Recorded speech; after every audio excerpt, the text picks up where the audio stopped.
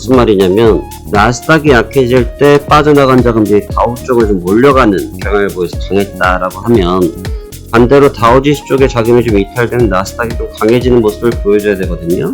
현재 그러한 모습을 전혀 보여주지 못하고 있죠. 그 얘기는 자금이 그만큼 유도리 있게 돌아가고 있지 못한다고 볼 수 있는 겁니다. 이렇게 유도리 있게 돌아가지 못한다는 얘기는 또 다르게 얘기를 하면 어떤 뜻으로 보셔야겠습니까? 자, 안녕하십니까. 파생왕 송대표입니다. 2024년도 7월 22일 월요일 현재 시간 오전 9시 48분 지나고 있습니다. 자, 오늘 영상은 좀 빨리 찍고 있습니다. 제가 조금 일찍이 오늘 출근을 했고요. 월요일 아침이긴 한데 새벽이죠. 새벽에 바이든 현직 대통령께서 대선 후보를 전격적으로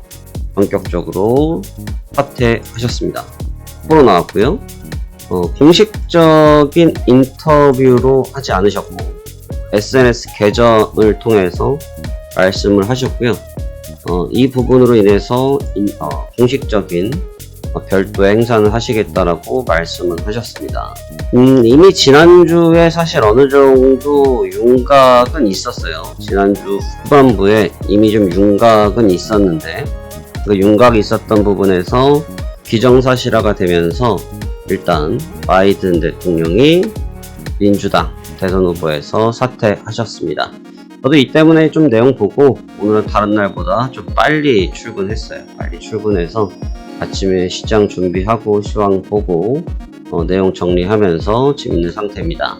근데 이렇게 봤을 때 이제는 좀 중요하게 봐야 될 부분들이 몇몇 가지가 있어요. 일단 첫 번째로는 변동성 자체가 당연히 커질 겁니다. 변동성 자체는 당연히 커질 거고, 일단 지난주 증시 상황을 좀 보면 지금 트럼프 쪽으로 좀 패가 많이 기울었죠. 패가 많이 기울은 상태이기 때문에 시장 분위기가 사뭇 무거워지고 있습니다. 나스닥은 연전하여서 조정을 계속 받고 있는 단계이고, 그 다음에 다우지수 같은 경우도 연 이틀 급격하게 조정을 받으면서 지난 거래일 377포인트로 하락 마감했습니다. 다우지수가 지금 연 이틀 조정을 받으면서 앞서 갑작스럽게 급등했던 부분들을 모두 다 좀 제거가 되면서 어떻게 보면 직전 고점 부분으로 지금 자리가 돌아오고 있지 않습니까? 레벨을 맞추고 있다, 이렇게 보시면 될 것 같고, 이렇게 레벨을 맞추면서 다음 상황을 준비하고 있구나 라고 볼 수 있는 것 같습니다. 근데 왜 이 점이 중요하냐면, 다우지수가 나스닥에 대비해서 힘이 좋았던 이유는 다른 게 아니죠. 다우지수가 나스닥에 비해서 힘이 좋았던 이유는 너무너무 간단했죠. 기술주보다는 전통기업 쪽으로 주가에 힘이 많이 몰려갔었고, 기술주들의 섹터에서 자금이 좀 이탈됐던 것들이 저쪽 다우지수 쪽으로 자금이 이동하긴 했는데, 문제는 이제 신고가였단 말이죠. 주가가 연속해서 신고가 랠리를 계속 할 수가 없기 때문에, 신고가를 계속 할 수 없다라는 측면을 놓고 보면 당연히 지금 같은 불확실성 속에서는 차익 실현으로 바뀔 수밖에 없다라고 해석을 해야겠죠. 지금은 그러한 차익 실현이 연출되었다, 이렇게 정리를 해서 보면 될 것 같습니다. 현재 이 차익 실현이 나타난 부분들이 다우지수 그리고 나스닥 쪽까지 다 같이 넘어가고 있는 상황들을 고려해서 볼 때 현재 증시는 하방 압력이 걸려 있다고 볼 수 있어요. 오늘 새벽에 발표가 냈고 아침 시간의 거래가 시작되기 전에 이미 발표가 됐거든요. 시간의 장이 거래가 되면서 소폭 갭상승을 출발을 했지만 상승폭을 좀 이어가고 아시아 증시가 개장하면서 일단 추가적인 힘은 받지 못하는 모습을 보여주고 있습니다. 고가 차익 실현이 시작됐다는 뜻이겠죠. 근데 지금 이 바이든 쪽에서도 이제 이 내용들을 보게 된다고 하면 이제 보셔야 될 부분들이 몇 가지가 있는 게, 첫 번째로는 이제 후보 사퇴라는 부분을 좀 뛰어넘어서 이제는 새 후보가 문제입니다. 새 후보로 바이든 대통령께서 지지를 하시긴 했는데 또 여기에 대해서 또 잡음이 있을 거예요. 그래서 어떻게 잡음이 나타나는지에 따라서 아마 주가에 희비가 좀 엇갈릴 것으로 보여지고, 현재 좀 우위를 취하고 있는 트럼프 대통령 후보 쪽에서 밀고 있는 산업군들에 대해서 옥석 가리가 나타나기 때문에 기존의 주도주들이 조금은 데미지를 받을 확률이 여전히 좀 있다고 볼 수 있죠. 다시 선순환 사이클이 나타날 수 있다. 이렇게 내용을 정리해 보시면 될 것 같습니다. 일단 속보로 해당 내용 먼저 점검했고요. 자, 그렇다면 이번 주 증시 상황에 대해서 같이 한번 말씀 나눠볼게요.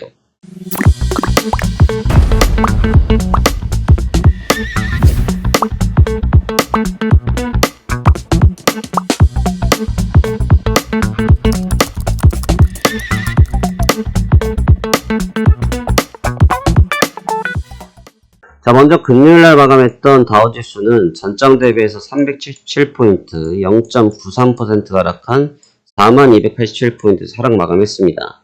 눈 깜짝할 사이에 41,000선까지 돌파했던 다우지수였는데 결국 41,000선을 고점을 잡아놓고 빠른 속도로 약 고가 대비 거의 900포인트가량 급격한 조정을 받았습니다. 이러한 급격한 조정을 받았기 때문에 현재 나타나고 있는 이 다우지수의 조정 부분의 영향력 상당히 커질 것으로 보여집니다. 왜 그러냐면 이게 지금 선순환 사이클이 이루어지면서 이쪽에서 빠진 나스닥 쪽에서 빠진 자금들이 다우로 넘어갔고 다우에서 빠진 자금이 나스닥으로 가고 이런 식의 지금 선순환 사이클 무한 메비우스 띠 마냥 지금 보여주고 있긴 하지만 나스닥이 다우지수가 약해졌다고 해서 나스닥이 좋아지고 있고 그러진 않습니다. 무슨 말이냐면 나스닥이 약해질 때 빠져나간 자금들이 다우 쪽을 좀 몰려가는 경향을 보여서 강했다라고 하면 반대로 다우지수 쪽에 자금이 좀 이탈되는 나스닥이 좀 강해지는 모습을 보여줘야 되거든요. 현재 그런 모습을 전혀 보여주지 못하고 있죠. 그 얘기는 자금이 그만큼 유도리 있게 돌아가고 있지 못한다고 볼 수 있는 겁니다. 이렇게 유도리 있게 돌아가지 못한다는 얘기는 또 다르게 얘기를 하면 어떤 뜻으로 보셔야겠습니까? 현재 시장 국면 자체가 결국은 고가 차익 실현에 집중되어 있다 평가를 하면 되는 겁니다. 근데 이제 다우지수는 나스닥 대비해서 이제 조정을 받지 않았기 때문에 승부르기를 할 수 있는데 나스닥은 이제 보시면 고가에서 조정을 좀 깊게 받은 상태예요. 지금 최고점 대비해서 조정을 너무 빠른 시일 아래 굉장히 빠르게 받았던 상태거든요. 지금 해당 구간 19,700선대가 어떻게 보면 중요한 지지 구간이자 6월 중순부터 있었던 지지 국면 자리인데 여기를 과연 리바운딩 할 수 있을까라는 거죠. 근데 지금 반도체에 관련된 부분, 전기차에 관련된 부분 이런 부분들에 대해서 트럼프가 발언하고 있는 요소들이 썩 부드러워 보이진 않아요. 그러니까 뭐 제 기준이 아니고 언론에 나와 있는 내용으로 봤을 때 썩 부드러워 보이진 않습니다. 그렇기 때문에 지금의 기세가 이어질 가능성이 좀 높다라고 봤을 때 기술주들 섹터의 차익 실현적인 조정 매물은 불가피하다라고 볼 수도 있거든요.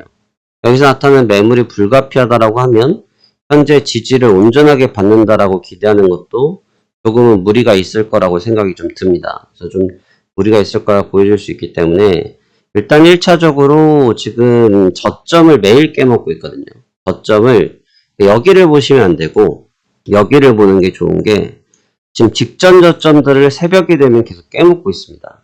그러니까 실질적으로 나스닥 기술주 섹터가 턴 어라운드 하는 구간을 살펴보려고 하면 이 턴 어라운드 되어지는 구간을 인식해 보려고 하면 어느 시점이 좋겠느냐라고 보면 결국은 이제 새벽녘 그러니까 본장이 개장됐을 때 저점이 깨지지 않는 구간이 나타났을 때 수심이 온전해지지 않을까라고 생각되어집니다.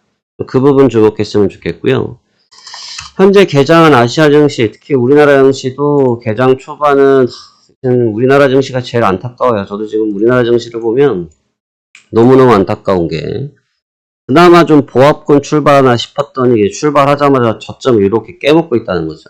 근데 지금 제가 우려하는 부분이 이 부분인데 그러니까 지금 보면 미국장이든 나스닥이든 똑같이 작용시켜도 되겠습니다만 프리마켓의 개념이 아니고 본장에서 이처럼 저점이 깨지지 않는 상태에서 턴어라운드를 하게 되면 이제 저점에 대해서 인식을 해볼 수가 있을 것 같고 그러지 않을 때는 아직은 좀 위기감이 있는 게 맞다라고 좀 보여집니다. 그러니까 그럴 수밖에 없는 게 지금 투심 자체도 있겠지만 이게 왜 밤에 되면 깨지는 줄 아십니까 여러분? 왜 낮에 안 깨지고 밤에 시세가 저점이 깨지냐면 밤에 현물이 돌아다녀서 그래요. 현물이. 지금도 이제 시간의 거래에서 현물 거래가 있긴 있죠. 거래가 되긴 되죠. 근데 이제 시간의 거래잖아요. 본장이 아니란 말이죠. 그러다 보니까 현물들의 리듬 자체가 뭐 완전 풀 컨디션이 아니에요. 그래서 새벽이 되면 풀 컨디션이 되기 때문에 그때 나오는 매도가 굉장하다는 거죠. 그게 주가를 같이 눌러버리고 있고. 그렇기 때문에 현물의 영향력이 크다. 그러니까 지금 우리 선물도 개장 초반에는 보합 출발했거든요. 근데 출발한 이후에 계속 척척척척 하고 무너지는 이유 중에 하나가 뭐냐면 방금 말씀드린 것처럼 현물이 무너져 버려서 그래요. 현물이 무너져서. 그러니까 이 무너지고 있는 현물의 구조를 쉽게만 생각하기는 좀 어렵거든요. 쉽게만 생각하기는 좀 어렵다. 그래서 현물 쪽이 얼마나 지지력을 갖고 있을 수 있을지 이 부분을 좀 더 주목해서 봤으면 좋겠다고 말씀드리겠습니다. 일단 오늘 장은 꽤 어려움이 있을 것 같아요. 어렵다라는 얘기는 약해서 어려운 게 아니고 방향성은 어느 쪽으로 좀 인지를 해야 될지가 좀 어려울 것으로 보여지고 지금도 아시아장의 온도와 현재 개장한 나스닥 선물의 온도 또 S&P 쪽의 동네의 온도 뭐 이런 동네의 온도 차도 좀 있고 잠시 뒤에 이제 뭐 중국, 일본 이런 장들도 같이 비교해서 볼 때 아마 온도 차를 좀 극심히 느낄 것 같습니다. 그때 시장을 한 번 더 재편성했으면 좋겠고 잠시 뒤에 추가적인 영상을 보여드릴 수 있으면 관련된 부분에 대해서 추가적인 영상 같이 보여드리면서 또 설명드리도록 하겠습니다. 일단 바이든 대통령의 긴급 사퇴 부분 분명히 증시에 영향을 줄 수 있는 부분이고 이거는 불확실성의 해소로 보기에는 아직은 좀 이르다라는 점을 염두하시면서 오늘 장 대비하셨으면 좋겠습니다. 자, 그러면 오늘도 성공 투자하시길 바라겠습니다. 감사합니다. 파생한 송대표였습니다.